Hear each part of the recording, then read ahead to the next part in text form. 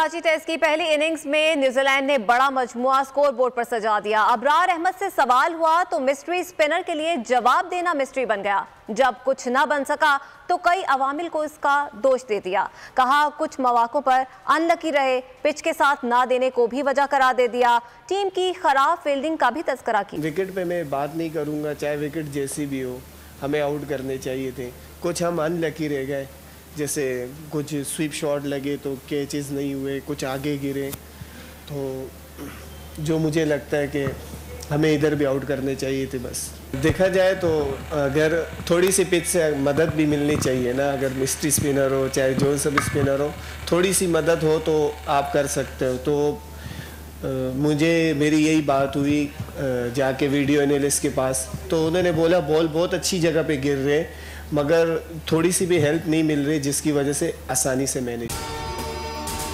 अगर आपको ये वीडियो पसंद आए तो लाइक पर क्लिक करें।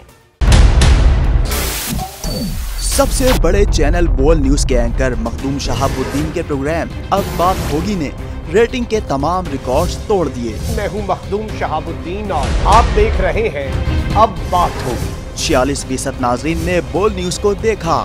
सोशल मीडिया पर भी सबने ज्यादा देखा। सब्सक्राइब करें और बेल दबाएं ताकि कोई खबर रह न जाए।